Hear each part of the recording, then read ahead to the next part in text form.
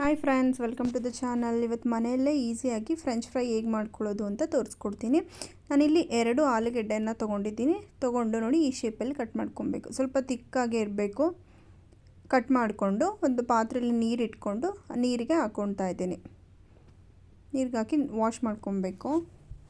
ಎಲ್ಲ ಆಲೂಗೆಡ್ಡೆಯನ್ನು ಅದೇ ಶೇಪಲ್ಲಿ ಕಟ್ ಮಾಡ್ಕೊಳ್ಳೋಣ. ನೀಟಾಗಿ ಕಟ್ ಮಾಡಿಕೊಂಡು ಎಲ್ಲ ನೀರಿಗೆ ಹಾಕಿ ನೀಟಾಗಿ ವಾಶ್ ಮಾಡಿಕೊಂಡು ನೋಡಿ ಈ ಶೇಪಲ್ಲಿ ಕಟ್ ಮಾಡ್ಕೊಬೇಕು.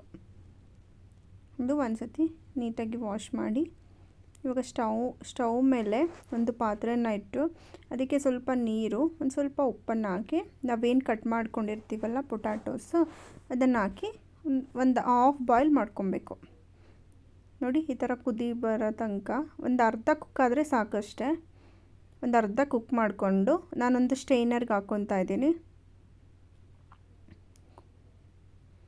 ಅರ್ಧ ಅಷ್ಟೇ ಕುಕ್ ಮಾಡಬೇಕು. ಫುಲ್ ಕಟ್ಟಾಗೋ ಥರ ಕುಕ್ ಮಾಡಬೇಡಿ, ಜಸ್ಟ್ ಹಾಫ್ ಬಾಯ್ಲ್ ಆಗಬೇಕು. ಇವಾಗ ನಾನು ಇದನ್ನ ಒಂದು ಟಿಶ್ಯೂ ಪೇಪರ್ ಅಥವಾ ಒಂದು ಬಟ್ಟೆ ಮೇಲೆ ಹಾಕ್ಕೊಂಡು ಫುಲ್ಲು ನೀರು ಏನದು ಮಾಯ್ಶ್ಚರ್ ಇರುತ್ತಲ್ವ ಅದೆಲ್ಲ ಫುಲ್ಲು ತೆಗಿಬೇಕು. ಮೀನ್ಸ್ ನೀರಿನ ಅಂಶ ಸ್ವಲ್ಪನೂ ಇರಬಾರ್ದು. ಅದು ತೊಗೊಂಡು ನೆಕ್ಸ್ಟು ಮತ್ತೆ ಒಂದು ನನ್ನ ಬೌಲಿಗೆ ಸ್ವಲ್ಪ ಕಾರ್ನ್ಫ್ಲೋರು ಮತ್ತು ರುಚಿಗೆ ತಕ್ಕಷ್ಟು ಉಪ್ಪು, ಸ್ವಲ್ಪ ಚಿಲ್ಲಿ ಪೌಡರ್ ಹಾಕಿ ನೀಟಾಗಿ ಮಿಕ್ಸ್ ಮಾಡಿ ನಾವೇನು ಹಾಫ್ ಬಾಯ್ಲ್ ಮಾಡ್ಕೊಂಡಿರ್ತೀವಲ್ಲ ಪೊಟ್ಯಾಟೋಸು ಅದನ್ನು ಹಾಕಿ ನೀಟಾಗಿ ಮಿಕ್ಸ್ ಮಾಡಿ ಪೊಟ್ಯಾಟೊ ಮೇಲೆಲ್ಲ ಕಾರ್ನ್ಫ್ಲೋರ್ದು ಕೋಟ್ ಬರೋ ಥರ ಮಿಕ್ಸ್ ಮಾಡ್ಕೊಬೇಕು. ಕಾರ್ನ್ಫ್ಲೋರ್ ಕೋಟಿಂಗ್ ಬರಬೇಕು ಮೇಲ್ಗಡೆ ಆ ಥರ. ಈ ಕಡೆ ಎಣ್ಣೆ ಕಾಯೋಕ್ಕೆ ಇಟ್ಕೊಂಡಿದ್ದೀನಿ ನಾನು. ಎಣ್ಣೆ ಕಾದಿದ್ದೆ. ಇವಾಗ ಇದನ್ನು ಡೀಪ್ ಫ್ರೈ ಮಾಡ್ಕೊಳ್ಳೋಣ. ಪೊಟ್ಯಾಟೋನ ಡೀಪ್ ಫ್ರೈ ಮಾಡ್ಕೊಳ್ಳೋಣ. ಎಣ್ಣೆ ಚೆನ್ನಾಗಿ ಕಾದಿರಬೇಕು. ನೋಡಿ ನಾನು ಒಂದೇ ಹಾಕ್ತಾಯಿದ್ದೀನಿ.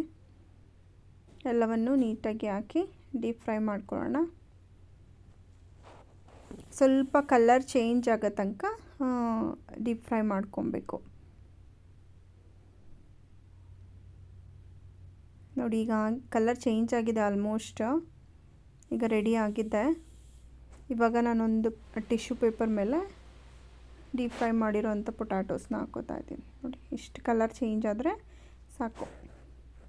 ಆಯ್ತು, ಇವಾಗ ಇದನ್ನು ಒಂದು ಬೌಲ್ಗೆ ತೊಗೊಂಡು ನಮಗೇನು ಮಸಾಲೆ, ನಾನಿಲ್ಲಿ ಪೆರಿ ಪೆರಿ ಮಸಾಲ ಬರುತ್ತಲ್ಲ ಅದನ್ನು ಒಂದು 1/2 ಟೇಬಲ್ ಸ್ಪೂನ್ ಹಾಕ್ತಾಯಿದ್ದೀನಿ. ಅದಿಲ್ಲ ಅಂದರೆ ಸ್ವಲ್ಪ ಚಿಲ್ಲಿ ಪೌಡ್ರು, ಸಾಲ್ಟ್ ಹಾಕ್ಕೊಂಡು ಈ ಥರ ಸಾಲ್ಟ್ ಮಾಡಿಕೊಂಡ್ರೆ ರುಚಿಯಾದ ಫ್ರೆಂಚ್ ಫ್ರೈ ರೆಡಿ. ಈವ್ನಿಂಗ್ ಸ್ನ್ಯಾಕ್ಸಿಗೆ ತುಂಬ ಚೆನ್ನಾಗಿರುತ್ತೆ. ಒಂದು ಸತಿ ಟ್ರೈ ಮಾಡಿ. ಬಾಯ್ ಬಾಯ್.